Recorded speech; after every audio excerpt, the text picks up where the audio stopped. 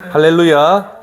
예. 오늘은 3월을 시작하는 첫날입니다. 오늘은 마태복음 5장 3절로 말씀으로 오늘 여러분과 나눌 설교 제목은 심령이 가난한 복이 왜 엄청난 복인가에 대해서 저와 여러분이 은혜를 받도록 하겠습니다. 다시 한 번 더 얘기하겠습니다.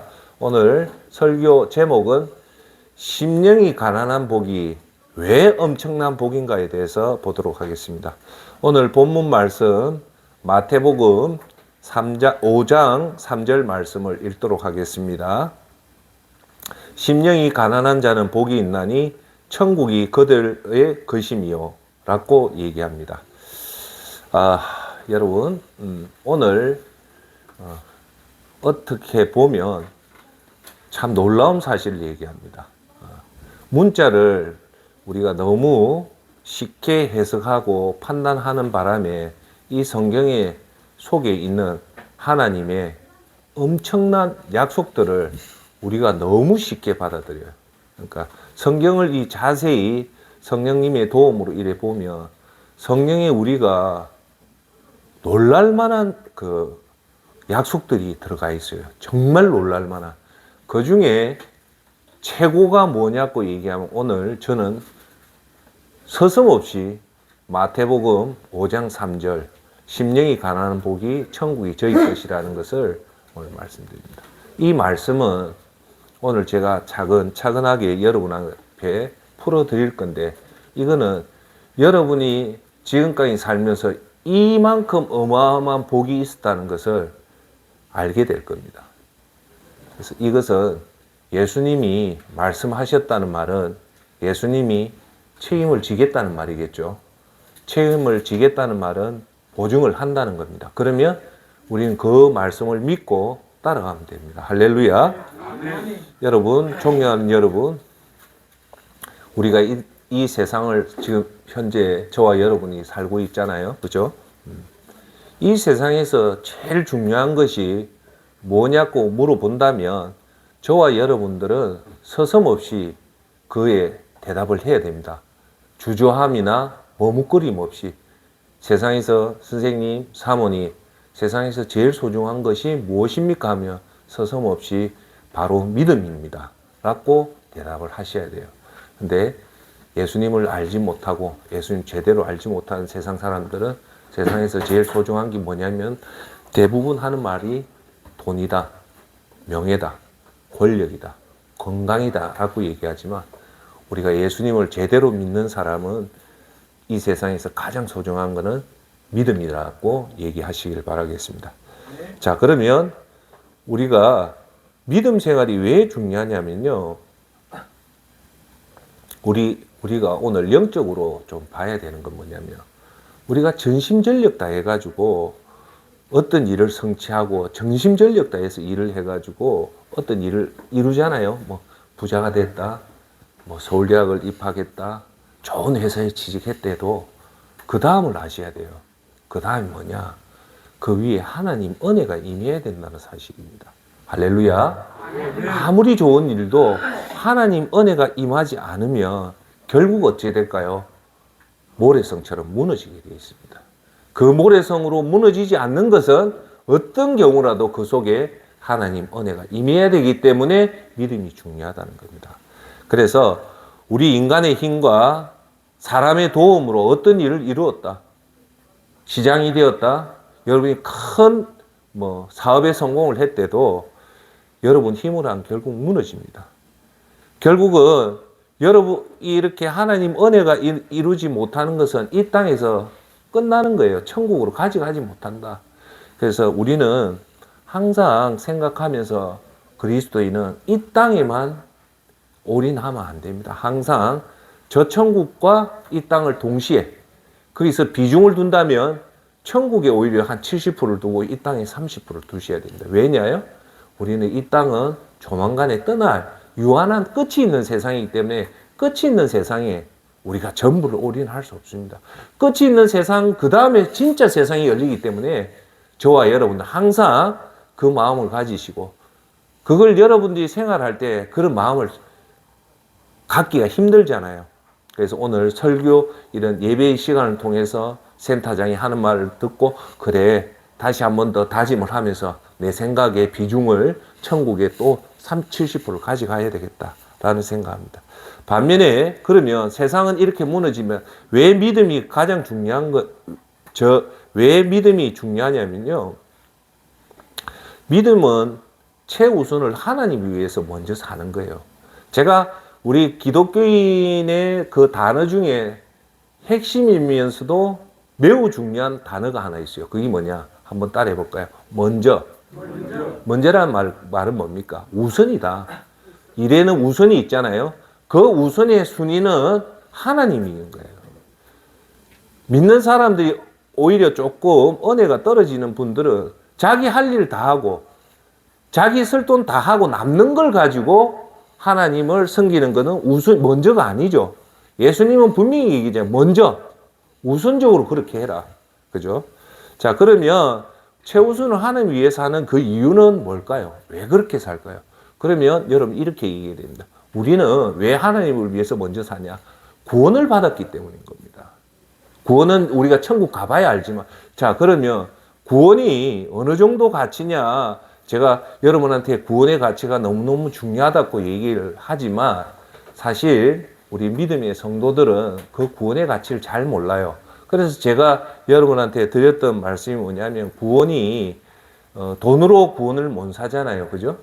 근데 한 개인이 이 땅에 살면서 한 개인이 제일 돈을 많이 번 사람이 석유왕이었던 1920년대의 사람이었던 존 데이비드 록펠러가 500조 원을 돈을 모았어요. 그 500조 원 돈을 모아서 자기가 예수님 앞에 예수님 저 천국 가고 싶습니다. 구원을 돈으로 사게 해주십시오 해서 500조를 준다고 해서 하나님 그 구원을 줍니까? 안 줍니까? 안 주잖아요. 그러면 단순하게 우리가 생각하면 구원은 최소 500조 이상의 가치가 있다는 거죠. 이해하십니까? 할렐루야. 그렇기 때문에 이 500조 이상의 우리는 돈도 없을 뿐더러 그걸 공짜로 얻기 때문에 그걸 다른 말로 하면 은혜죠. 구원의 은혜죠. 그래서 그 은혜를 받았던 그 감사로서 우리가 하나님 일을 우선적으로 하는 것이 믿음이 우선이라는 겁니다.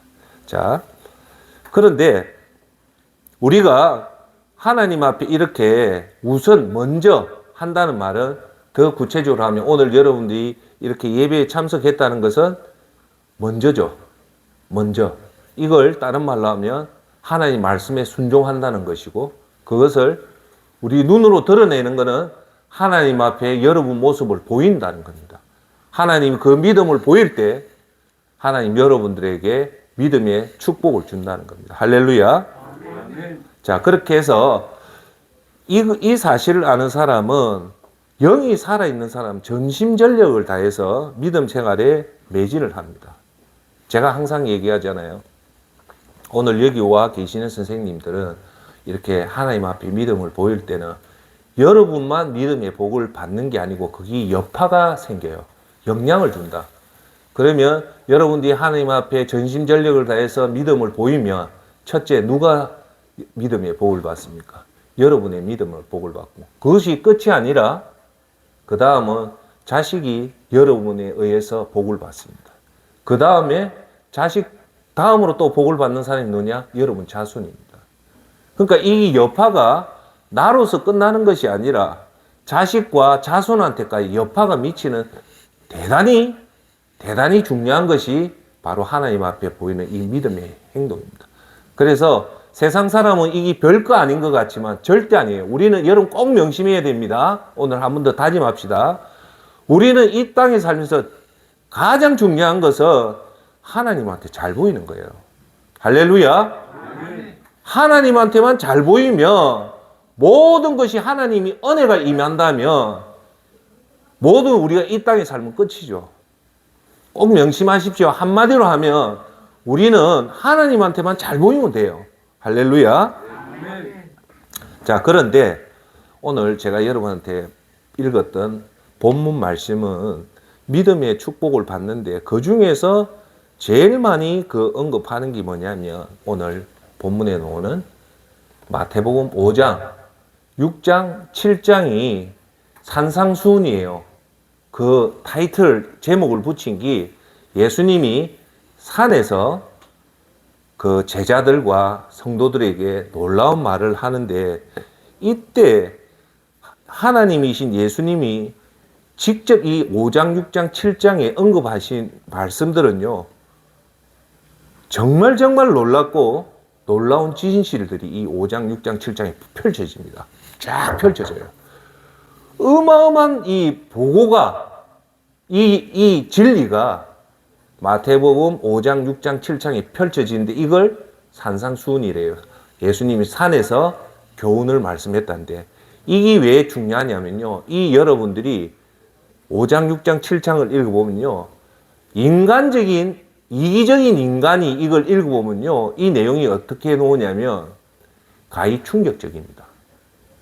이 5장, 6장, 7장을 읽어보면 이기적인 인간이 이 글을 읽어보면 이건 충격적으로 다가와요. 왜? 도저히 우리 인간으로서는 할 수 없는 것들을 예수님은 언급을 해요. 대표적인 건 뭐라 합니까? 원수가 너에게 뺨을 치면 맞받아 치지 말고 오른쪽을 맞으면 왼쪽을 돌려야 되라는 것은 우리 이기적인 사람한테 도저히 용납 못하는 사실들이 이 산상수훈 5장, 6장, 7장에 펼쳐져 있어요. 그런데 여기서 말하는 5장, 6장, 7장 중에서도 가장 백미 중에 백미라고 꼽는 것이 바로 5장 3절부터 나오는 팔복입니다. 이 5장, 6장, 7장의 엄청난 내용 중에서도 그 중에서도 엑기스로 가장 중요한 걸 뽑아라면 뭐라고요? 예수님이 5장 3절부터 시작하는 이 팔복을 얘기합니다. 팔복은 말 그대로 팔. 8가지 복을 하나님이신 예수님이 직접 언급을 해요. 8가지 이 구조가 어떻게 되냐면 산상수훈의 구조는, 팔복의 구조는 이런 사람이 복을 받는데 그 다음에 이런 혜택을 받는데 2가지 구조를 가져요. 이렇게 하면 너희들이 이런 혜택을 받는다. 요 2가지를 가지는데 총 8가지, 16가지의 언급을 해요. 이럴 때 저와 여러분들 정말 눈을 똑바로 뜨고 한번 보지 말고 성령님의 도움에 의해서 계속 읽어야 됩니다. 이거는. 그래서 특히 중요한 부분은 제가 항상 강조하지만 인간의 이성으로는 잘 몰라요. 그럴 때 항상 성령님한테 도움을 구해요. 성령님, 이래 중요한 내용인데 저는 이해가 안 되는데 성령님이 도움을 주십시오 하면 이 도움을 줘요. 근데 이 8가지 복이 뭐냐면 제가 원문 그대로 읽어드리겠습니다. 자, 다시 한 번 더 얘기할게요. 예수님이 가장 많은 그 교훈을 줬는데 그걸 함축하면 마태복음 5장, 6장, 7장에 쭉 정말 명곡 같은 내용들이 쫙 다 나와 있습니다. 그 중에 제일 첫 번째 놓은 게 팔복이다. 여러분, 첫 번째 the first라는 건 상당히 중요한 상징적인 의미가 있습니다. 여러분, 뭐 어떤 일을 하든 제일 첫 번째 둔다는 것은 뭐냐 하면 그 중에서 제일 중요할 때 첫 번째를 두는 거예요. 그래서 어떤 경우든 첫 번째를 왜 그 많은 8가지 중에서 첫 번째 복을 언급했냐에 대해서 저와 여러분들이 예의주시 주목해서 볼 필요가 있다는 겁니다. 자, 그러면 구조가 이렇겠죠. 이런 사람은 복이 있는데 이렇게 하면, 이런 상태가 되면 이거예요. 이 상태가 복이다. 그러면 이 상태가 되면 그것으로 끝이 아니라 따라합시다.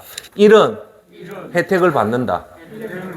끝이 아니고 혜택을 받는다는 거예요. 이런 상태가 되면 복이 있다고 하는데 이 사실은 마태복음의 팔복 산상수훈이에요. 이 팔복은 심령이 가난한 자 복이 있다는 것이 아니고 원문에는 심령이 가난한 자는 따라해볼까요? 행복하다. 원문에는 행복하다는 것이 정답이에요. 그런데 왜 우리나라는 이 번역을 할 때 행복하다는 말을 복이 있다라고 바꿨냐면 행복하다는 의미와 복이 있다는 의미는 사실은 큰 차는 없어요. 그런데 왜 행복하다는 단어를 안 쓰고 복이 있다는 단어를 썼냐면 특히 우리나라나 중국, 이 동아 문화권에서는 복을 너무너무 좋아해요. 우리나라도 특히 복을 좋아하기 때문에 이 번역하는 사람이 행복보다는 복이라는 그 복자를 이어놓으면 우리 대한민국 사람들이 더 좋아할 거라고 해서 이 복이 들어갔기 때문에 팔복이라 했지만 원문에는 팔복이 아니라 행복입니다. 예. 그래서 이렇게 하면 복이 있다, 행복하다. 그러면 이런 혜택이 있다. 자, 그러면 원문대로 읽어 보도록 하겠습니다. 마태복음 5장 1절. 예수께서 무리를 보시고 산에 올라가 앉으시니 제자들이 나아온지라 입을 열어 가르쳐 이르시되 3절입니다. 잘 들으십시오. 심령이 가난한 자는 복이 있나니 천국이 그들의 것이며. 자, 놓았죠? 이런 상태가 되면 복이 있다. 첫 번째 뭡니까? 심령이 가난한 상태가 되면 복이 있다는 거죠. 그럴 때 어떤 혜택이 있다? 천국이 그들 것이라는 거예요. 이런 식으로 딱 받아들이면 돼요. 자, 4절. 애통하는 자는 복이 있나니 그들이 위로를 받을 것이며. 자, 어떤 상태? 애통한 상태가 되면 복이 있는데 어떤 혜택을 받는다? 위로를 받는 혜택을 받는다. 5절. 온유한 자는 복이 있나니 그들이 땅을 기업으로 받을 것이며. 자, 어떠한 상태가 복이 있다? 온유한 상태가 되면 복이 있는데 어떤 혜택이 있다? 땅을 기업으로 받는 혜택이 있다. 자, 6절. 의에 줄이고 목마른 자는 복이 있나니 그들이 배부를 것이요. 어떤 상태? 의에 줄이고 목마른 상태가 복이 있는 상태라는 거예요. 그러면 이 말은 뭐냐? 이런 상태가 되도록 저와 여러분들은 노력해야 된다는 겁니다. 할렐루야. 자, 그럴 때 어떤 혜택이 있냐? 그들이 배부를 것이라는 겁니다. 자, 그 다음 제 긍휼히 여기는 자는 복이 있나니 그들이 긍휼히 여김을 받을 것이요. 긍휼이 뭡니까? 불쌍한 사람들을 불쌍히 여기는 마음이 중요해요. 이런 긍휼히 여기는 마음을 가지는 상태가 어떤 상태다? 복이 있는 상태다. 그러니까 우리는 긍휼한 상태를 유지를 해야 된다. 그럴 때 하나님이 우리한테 어떤 혜택을 주냐? 긍휼히 여김을 받는다. 하나님도 우리를 불쌍히 여긴다. 불쌍히 여겨서 우리를 챙겨주신다. 자, 그 다음 제 마음이 청결한 자는 복이 있나니 그들이 하나님을 볼 것이며. 자, 어떤 상태가 복이 있을까요? 마음이 깨끗한 상태가 복이 있다는 거. 우리가 그런 상태가 돼야 되고 그럴 때 어떻게 된다? 놀랍게 하나님을 본다는 겁니다. 자, 그 다음 제 복이 뭐냐? 화평케 하는 자는 복이 있나니 그들이 하나님의 아들이라 일컬음을 받을 것이며. 화평케 한다는 말은 뭐냐? 피스메이커. 어떤 사람이 들어가면 항상 분란을 일으키는 사람이 있고 어떤 사람만 들어가면 분란이 일으킨 집도 화목하는 거죠. 그래서 여러분들이 며느리 볼 때 무슨 얘기합니까? 복된 며느리가 오면 집안이 화목해진다 하잖아요.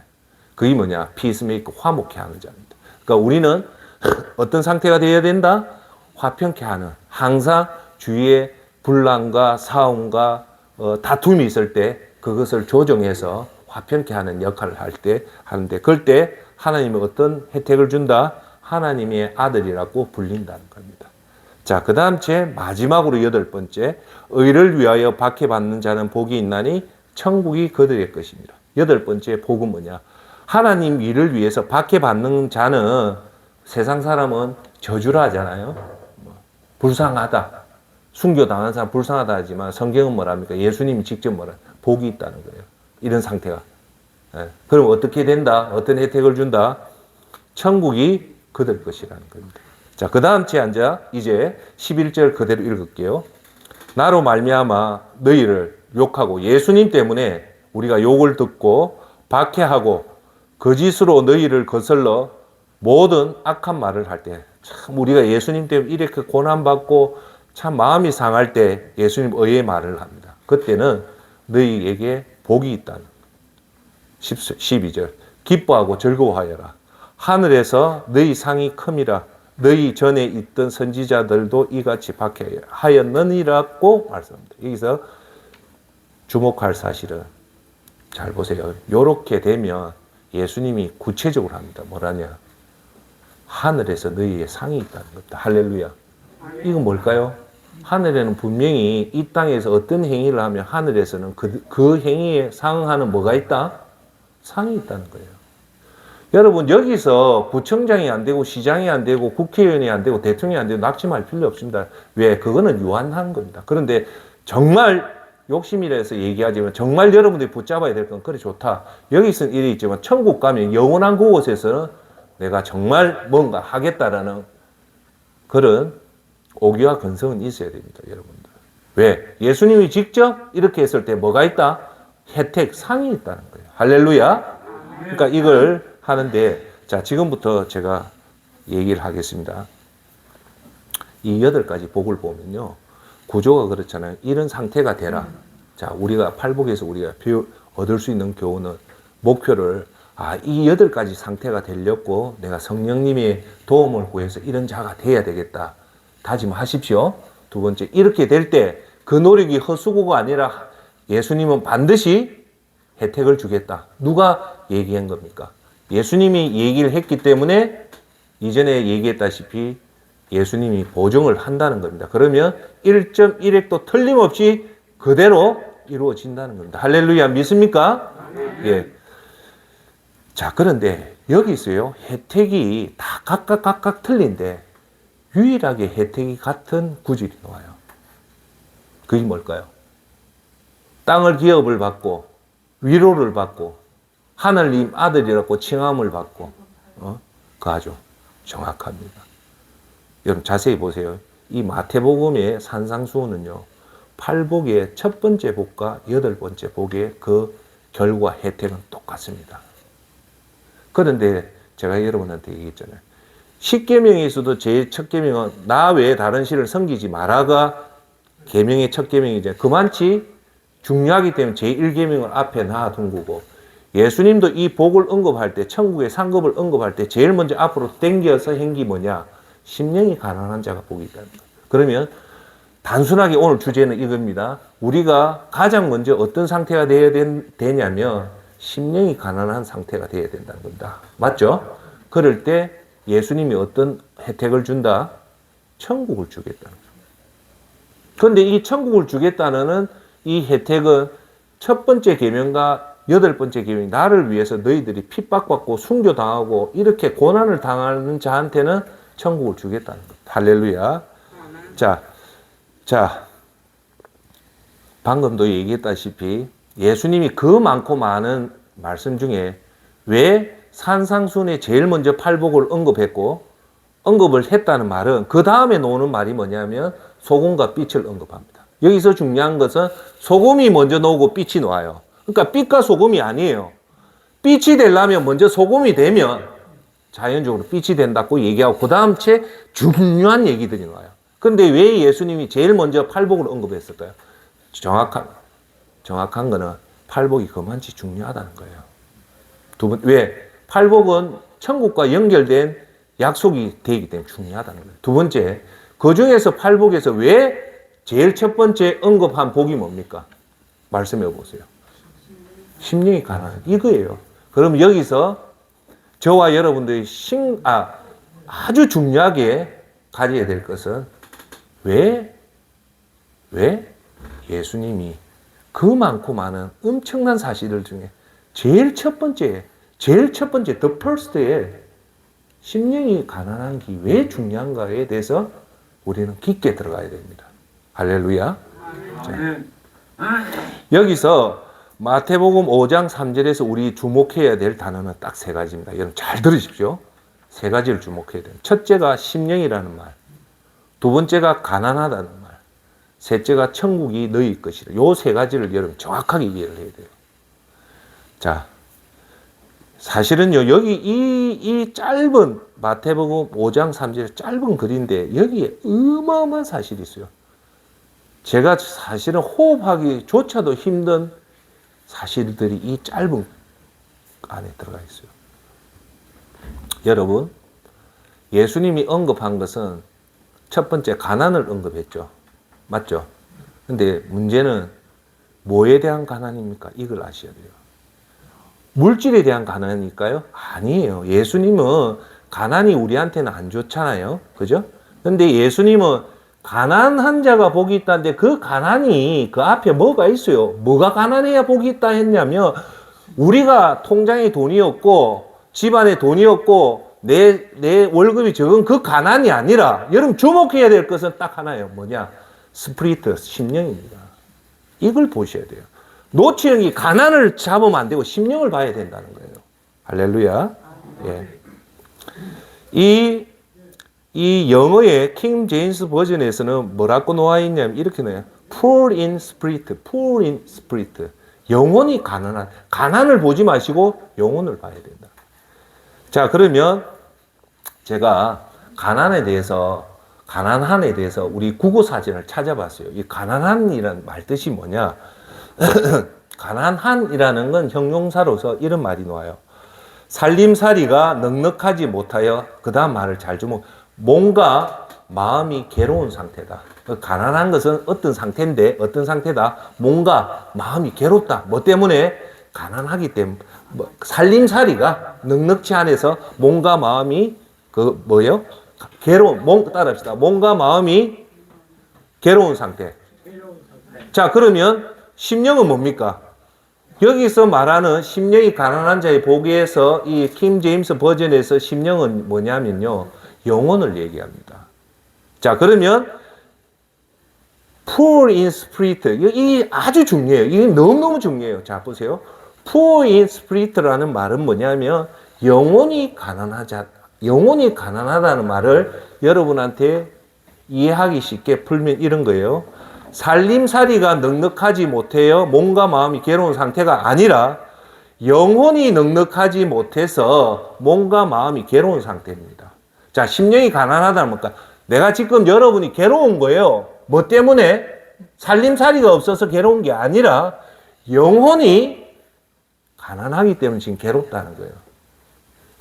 이 말이 아주 신비롭고 아주 신비로운 말입니다. 이해하세요?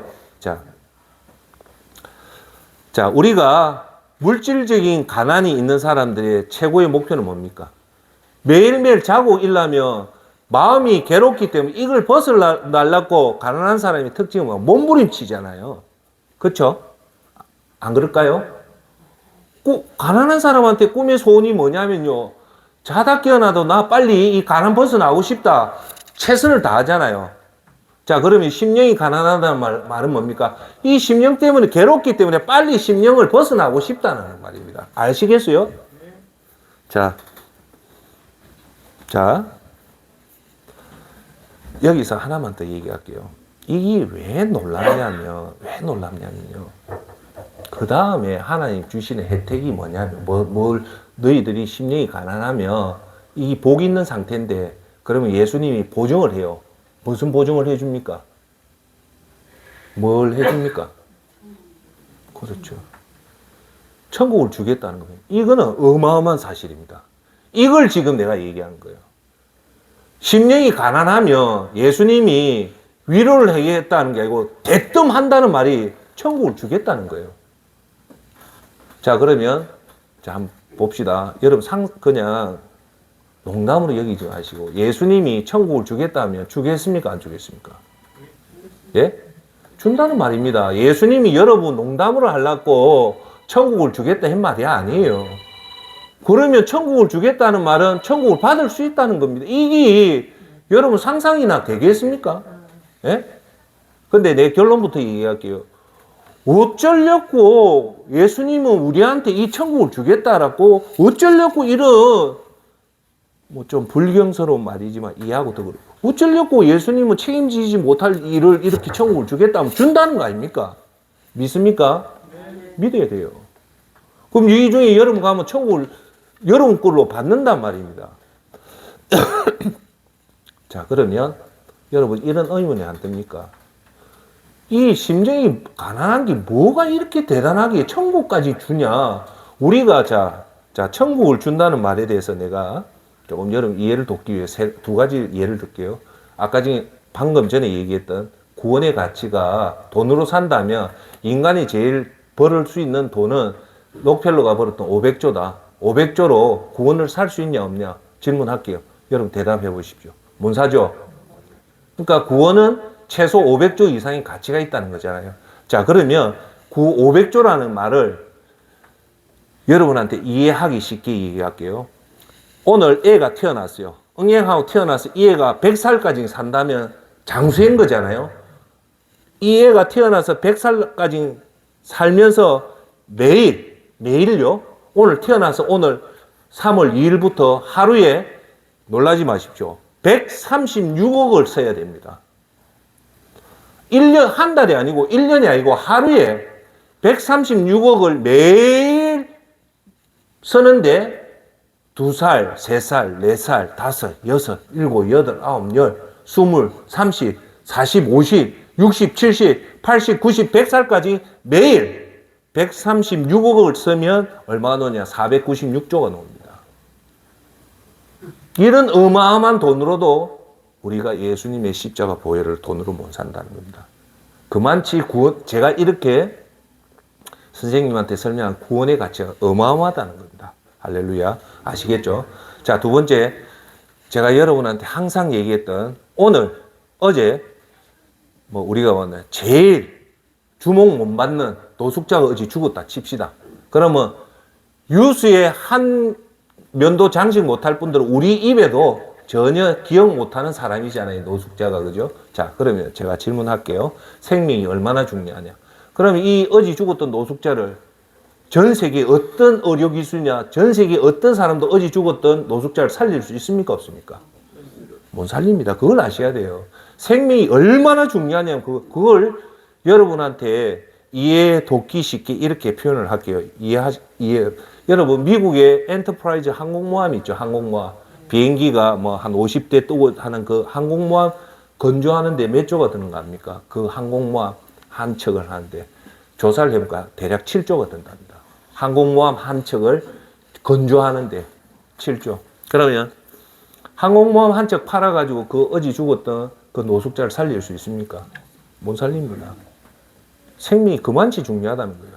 우리가 볼 때는 이 세계가 어마어마하다지만 하나님 눈에 보이면 아무것도, 제가 다음에 꼭 또 얘기하겠지만 하나님이 얼마나 위대한가, 우주의 역사, 우주의 그걸 보면 제가 말해봐도 우리 인식으로 못 따라갑니다. 그만치 하나님이 어마어마한 거예요. 자, 두 번째 얘기할게요. 우리나라 예산이 대략 610조 정도 됩니다. 엄청나게 큰 돈이에요. 610조. 제가 일전에도 얘기했다시피 세계에서 제일 강대국 미국이 2022년 예산이 6조 110억 달러, 우리 하나로 계산하면 대략 7,200조 원, 700, 200조 원입니다. 어마어마하죠. 여러분 상상을 못할 겁니다. 이거는요, 아까 중에 136억이지만 7,200조는요, 하루에 2,000억입니다. 하루에 2,000억. 자, 제 말은 한국 예산 다 하고 미국 예산 다 더해서 어제 죽은 노숙자 한 명을 살릴 수 있을까요? 없을까요? 못 살립니다. 그걸 아셔야 돼요. 예수님이 회당장의 딸을 살렸다는 그 가치를 치면 미국 예산, 일본 예산, 중국 예산, 한국 예산, 독일 예산 다 들여도 회당장의 딸을 못 살린다는 겁니다. 생명을 하나 살린다. 그게 어마어마하다는 겁니다. 아시겠죠? 자, 그래서 이제 얘기할게요. 구원의 가치가 이만치 크고 한 생명을 살리는 것도 우리 인식을 못 따라간대. 자, 그러면 세 번째 질문. 천국을 우리가 받는다면 그 가치가 얼마일까요? 그러면 이제부터는 그건 우리 인식을 떠난 거예요. 천국을 내가 받는다면, 말했잖아요. 심령이 가난하면 천국이 너희 것이다. 네 거라는 거예요. 어마어마 안 합니까? 그걸 쉽게 보면 안 돼요. 자, 그런데 어떻게 하려고 예수님은 이 어마어마한 사실을 우리한테 약속을 지키고 책임지겠냐? 거기는 놀라운 사실이 있습니다. 심령이 가난하면요, 제가 심령이 가난한 상태는 하나님의 상태는 아니지만 하나님의 그 품성을 그대로 가지고 있는 상태라는 겁니다. 이해하세요? 심령이 가난한 상태는 인간의 상태를 벗어나서 신의 상태에 가는 그런 경지에 가는 거예요. 그런 상태에서는 천국을 줘도 아무 문제가 없다는 겁니다. 이해하세요? 천국을 다스리려면 최소한 하나님의 품성만 되면 천국을 가져도 문제가 없는데, 우리가 하나님은 못 되지만 하나님 같이 될 수 있는 비결은 딱 하나다. 그게 뭐냐? 그 근본이 심령이 가난해지면 하나님의 상태가 된다. 그렇게 되면 첫째 어떤 상태가 될까요? 첫째, 죄를 절대 안 짓습니다. 심령이 가난해지면, 우리가 심령이 가난하면 첫 번째 나타나는 건 계명을 철저하게 지켜요. 맞죠? 자, 여기서 우리가 심령이 가난하면 어떻게 되냐면, 첫째, 자 보세요. 심령이 가난되면 우리가 심령이 가난해서 매일매일 괴롭기 때문에 이렇게 되면 이제 나타나는 현상이 뭘까요? 자, 우리가 한번 생각해 봅시다. 중요해서. 심령이 가난하다 치면 우리가 심령이 가난한 상태가 되면 우리한테 나타나는 현상이 어떤 현상이 나타날까요? 가난한 사람은 가난에 벗어나려고 밤낮 죽을 똥 살 똥 모르고 일을 하듯이, 심령이 가난하면 밤낮 죽을 똥 살 똥 심령이 부해지기 위해서 노력하겠죠. 그럼 어떤 노력을 할까요? 하나님을 가까이 하고 하나님에게 부어잡는 행동을 합니다. 그게 뭘까요? 예배와 말씀과 기도와 전도와 선교에 매진하게 되어 있습니다. 무슨 말인가 알겠죠? 심령이 가난하면 다른 게 안 보여요. 오직 하나님밖에 안 보여요. 왜? 심령이 가난하기 때문에. 그렇게 된 상태라고 칩시다. 그러면 여러분들이 믿음의 100점이면 몇 점 받을까요? 거의 100점입니다. 우리가 믿음의 100점이 되는 근본적인 단계는 우리가 의지가 되는 게 아니고 뭐가 되어야 된다? 심령이 매일매일 가난해서 괴로운 상태에 빠지면 우리는 거의 믿음의 100% 된다. 여기서 이 심령이 가난하다는 게 대단히 미스테리하고 엄청나게 깊이 있는 뜻을 제가 얘기할게요. 우리가, 저와 여러분들이 가난하다, 부자다 알 수 있습니까? 없습니까? 알 수 있죠. 쉽게 알 수 있어요. 통장에 돈을 보면 되죠. 이 사람 등기부등본 떼보니까 대출 없고, 시세가 50억짜리 건물이 있는데 보니까 대출도 없고, 그러면 순자산이, 토마스 제이 스탠리가 말하는 순자산이 10억 이상 되면 부자래요. 알 수 있잖아요. 가난한 사람은 빚이 막 엄청나게 많고, 빚을 갚을 직업을 보니까 한 달에 노는 수익이 100만 원도 채 안 되면 이거는 빈곤층이 떨어지잖아요. 이까지 이해되죠? 자, 여기서 중요한 질문 할게요. 여러분이 심령이 가난하다는 거 어떻게 알까요? 이게 문제입니다. 내가 가난한 것은 알기는 쉽지만 심령이 가난한 거 알기가 힘듭니다. 왜? 이건 영적인 부분입니다. 이해하세요? 내가 심령이 가난하다는 거, 뭐가 가난하다는 겁니까? 심령이 가난하다. 그 심령이 가난하다는 걸 안다는 그 자체가 이건 대단한 내용이에요. 자, 제가 질문할게요. 여기 계신 여러분이 나는 지금 심령이 가난한지 부한지 알 수 있는 사람이 있어요? 없어요. 저도. 그러면 이거는 제가 볼 때 인간의 능력이 아닌데 예수님이 얘기했기 때문에 할 수 있어요. 그럼 어떻게 해야 되냐? 성령의 도움을 받아서 자의적으로 자발적으로 심령이 가난한 상태를 만들어야 됩니다. 그건 우리가 할 수 있는 것이 아니라 영의 부분은 영으로 해야 돼요. 그러면 이 심령이란 것은 물질적인 부분입니까? 영적인 부분입니까? 영적인 부분이죠. 이 영적인 부분은 누가 우리를 도와줘야 되냐면 성령님이 도와줘야만이 이 영적인 가난한 상태가 된다. 할렐루야. 이 중요해요. 지난주에 얘기했던 지도가 중요하다시피 어리버리 그냥 심령이 가난하다고 하면 그렇게 알면 안 돼요. 성령 충만함이 중요한데 구체적으로 어떻게 하면 성령을 충만하게 받을 수 있는 그 방법을 알아야 된단 말입니다. 심령이 가난하다는 것은 막연하게 형이상학하게 심령이 가난한 상태를 되면 절대 못해요. 성령 충만한 방법도 모르면 절대 성령 충만할 수가 없어요. 제 말 뜻 알겠습니까? 성령 충만하려면 방법은 영의 부분이니까 영의 부분에 우리가 강하게 해야 된다. 그게 대표적인 게 예배 따라합시다. 예배. 기도. 말씀을 안 하면 성령 충만은 절대 안 됩니다. 아시겠어요? 그러면 우리가 이래 중요한 심령이 가난한 상태가 되려면 어떻게 해야 되냐면 우리 의지로 안 되기 때문에 성령님의 도움에 의해서 심령이 가난한 상태로 만들어져야 됩니다. 그렇게 되면 우리가 심령이 가난한 상태가 되면 나도 모르게 심령이 약하기 때문에 어떻게 해서든 하나님을 가까이 하고 하나님 앞에 가까이 하려는 노력이 자연스럽게 나오는데 하나님 앞에 가까이 한다는 말씀은 뭘까요? 대표적인 예배에 가고 싶어 하고 찬송 부르고 싶어 하고. 그게 성령 충만의 비결이에요. 여러분, 성령의 충만함을 받으면요, 여러분한테 이게 뚜렷이 나타나는 현상이 있어요. 그게 뭐냐? 대표적인 교회 가고 싶어 합니다. 예배당에 가. 예배당 가서 예배 드리고 싶어요. 그 마음은요, 미묘하게 일나요. 이상하게 예배 드리고 싶어지. 그게 성령 충만한 단계예요. 그 다음 제 교회 가면 자꾸 나도 모르게 찬송 부르기 즐겁고 찬송이 기쁘고. 세 번째, 하나님 말씀 듣는 게 귀에 쏙쏙 들어옵니다. 그렇듯이 그런 심령이 가난한 상태는 어떻게 해야 된다? 이 초핵심도 어떻게 해야 된다고요? 따라합시다. 성령님께 간구하자. 어떻게 간구해야 됩니까? 따라합시다. 성령님, 심령이 가난하게 해주십시오. 그 말은 뭐냐? 여러분한테 어역 해석하면 성령님, 저 믿음 생활 정말 잘하고 싶습니다. 라는 말입니다. 그렇기 때문에 그 기도는 성령님을 기쁘게 합니다. 자, 여기까지 이해되죠? 그런데 왜 이 심령이 가난한 게 중요하냐면요. 여기서 더 중요한 사실이 나와요. 자, 우리가 심령이 가난하면 십계명도 잘 지키고 믿음 생활 100% 잘하게 되죠? 맞아요? 잘하잖아요. 성령이 충만하면. 이때 여러분 잘 귀담아서 이때 우리한테 치명적인 하나의 사실이 나타납니다. 치명적인 사실. 그것 때문에 지금 이 기독교가 욕듣는 거예요. 여러분들이 성령의 충만을 받아서 정말 은혜스럽게 믿음 생활 잘하고 예배도 잘하고 기도도 잘하고 구제도 잘하고 전도도 잘하고 그 다 잘하고 나서 이것으로 끝나면 심령이 가난한 진짜 초핵심의 비결이 필요가 없는데 왜 이걸 잘하면요. 정말 중요한 게 뭐냐면 이때 나타나는 게 뭐냐. 잘 들으십시오. 자기 우월주의와 교만이 나옵니다. 이해하세요?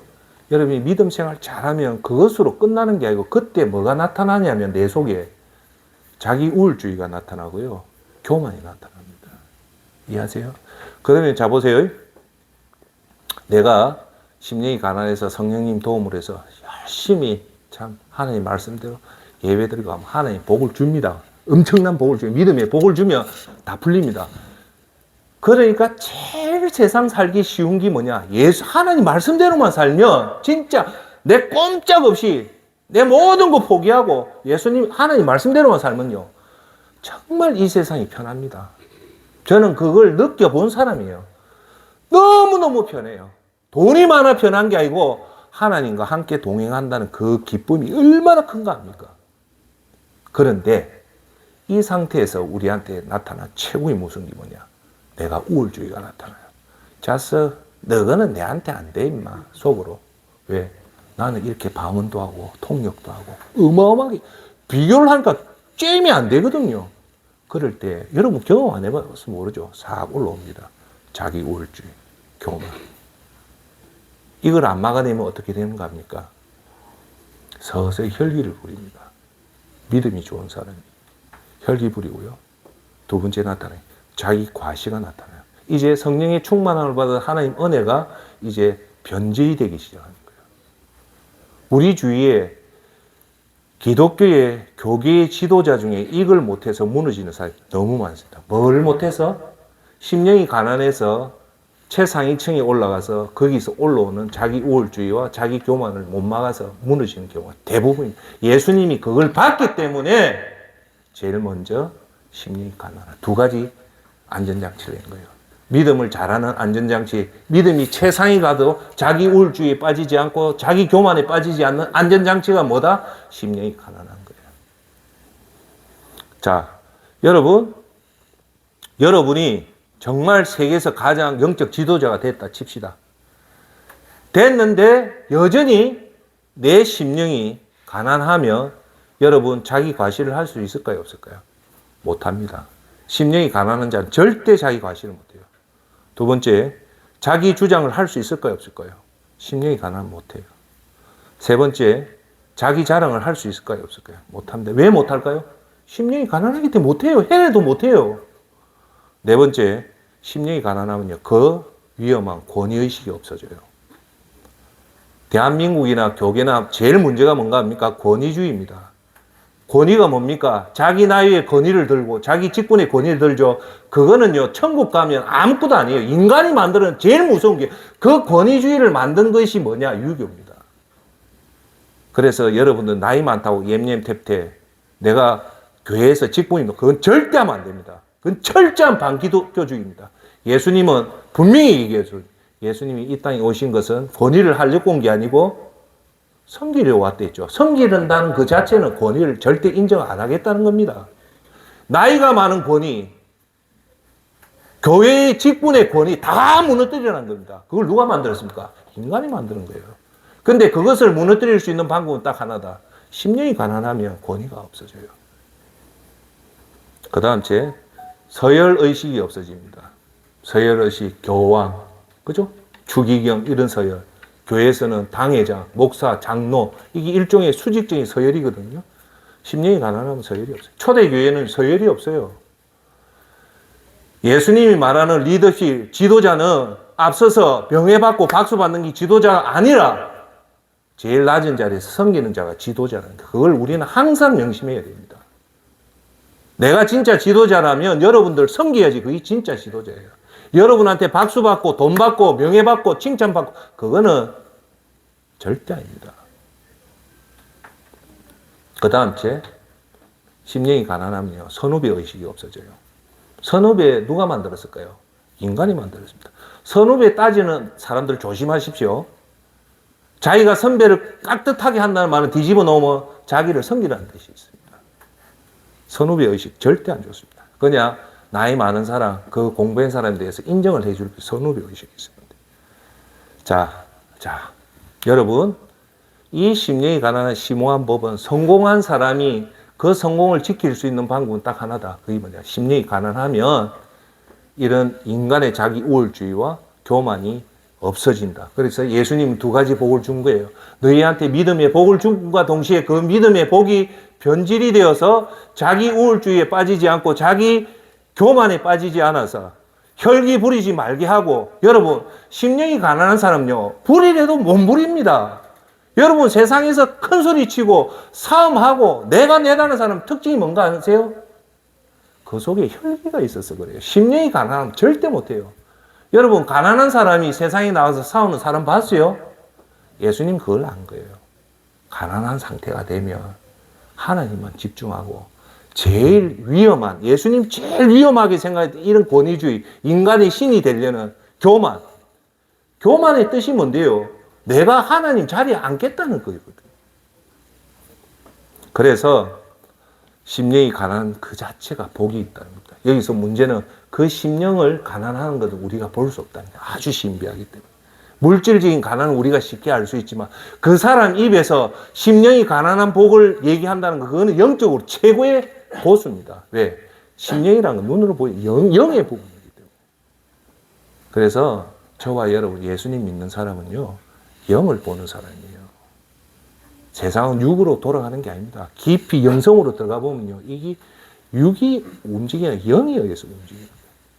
할렐루야. 아멘. 자, 이제 결론을 맺겠습니다. 우리가 예수님이 오늘 제가 계속적으로 이제 얘기를 할 건데 예수님이 주시는 복은 이 땅에서 복을 받고 여러분 항상 이해야 됩니다. 예수님이 말씀하시는 복은 이 땅의 복이 아니에요. 중요한 건 천국 입성의 복이 제일 중요하고 천국 이후에 맞이하는 영원한 삶을 대비하기 위한 천국 상급의 복이 중요하고 그 다음 이 땅에 잠시 잠깐 떠날 이 유한한 세상에서 하나님의 보호함에 의해서 살아라고 믿음의 복을 주는 거예요. 할렐루야. 그래서 예수님이 이 복이 중요하다고 분명히 얘기하시는데 행복이 중요하다는데 그것은 우리가 그 복을 받아야 될 상태가 될 때야만 예수님은 그 복을 주는데 그 복을 구체적으로 우리에게 알게 쉽게끔 설명해 준 게 8가지 복을 했는데 그걸 보면 다 마음의 상태입니다. 이전에 제가 여러분한테 설교했던 연약한 자가 이 8가지 복을 받게 됩니다. 그 중에서 가장 첫 번째 복과 8번째 복은 우리가 인식으로도 상상 못하는 천국이 니한테 주겠다는 거예요. 어떤 상태? 심령이 가난한 상태가 되면 너희한테 이걸 주겠다. 심령이 가난한 상태는 2가지 복을 받습니다. 첫째, 하나님을 가까이 해서 예배와 기도와 말씀과 구제와 선교와 낮아짐과 정직과 그리고 정의와 그리고 반사체의 삶을 자연스럽게 살게 되는 복을 받게 돼요. 중요한 것은 그 다음에 나타나는 자기 우월주의, 믿음의 그 초핵심 1000명, 10,000명 중에 한 명의 그 반열에 들어가 자연적으로 자기 우월주의가 생기고 교만이 생길 때 그때 더더욱 심령이 가난하면 절대 그 유세를 못한다. 그것이 예수님이 복을 주고 그런 상태가 되면 천국을 너희한테 맡겨도 까딱없이 그 천국을 지배할 수 있는 하나님같이 지배할 수 있는 그 권한을 대줄 수 있기 때문에 안전하게 예수님은 알고 있었던 거야. 천국을 줘도 안전하다. 왜? 어떤 상태가 되면 심령만 가난한 상태가 되면 심지어는 하나님의 권한까지도 너한테 줘도 그걸 해줄 수 있다. 할렐루야. 그래서 오늘 저와 여러분 이 영적 이 중요한 사실을 오늘 깨닫고 저와 여러분 기도할 때 성령님 저도 가난한 자가 되게 해주십시오. 저는 항상 기도합니다. 심령이 가난한 자가 되고 그리고 연약한 자가 되고 약한 자가 되게 해달라. 왜? 그렇게 될 때 그렇게 되면요 내가 힘을 못 써요. 그러면 자연히 화를 안 내고 사람과 싸우지도 않고 다 온유한 자의 세 번째 온유한 자가 돼요. 그러면 하나님 복을 주는 거예요. 영적 신비는 그거예요. 영적 신비는 내 힘으로 하는 것은 세상이고 우리 영적 신비는 하나님이 우리를 도와줘야 되기 때문에 우리가 하나님한테 도움을 받을 수 있는 그 핵심은 우리가 가난하고 연약하고 약하다 할 때 그때 내가 느낄 때 하루에도 매번 하나님 도와주고 그래서 우리가 기도할 때 하나님 저를 불쌍히 여겨주십시오. 하나님 저를 긍휼히 여겨주십시오. 라고 하는 그 기도가 곧 심령이 가난하게 해달라는 기도. 그런 마음을 갖고 우리가 이 땅을 얼마까지 살지는 아무도 모르지만 이 사는 동안 최선을 다해서 살아서 천국 입성에 성공하고 천국 가서 큰 상급을 받아서 영원 천국에서 사는 복된 저와 여러분이 되기를 예수님 이름으로 축복합니다. 기도하겠습니다.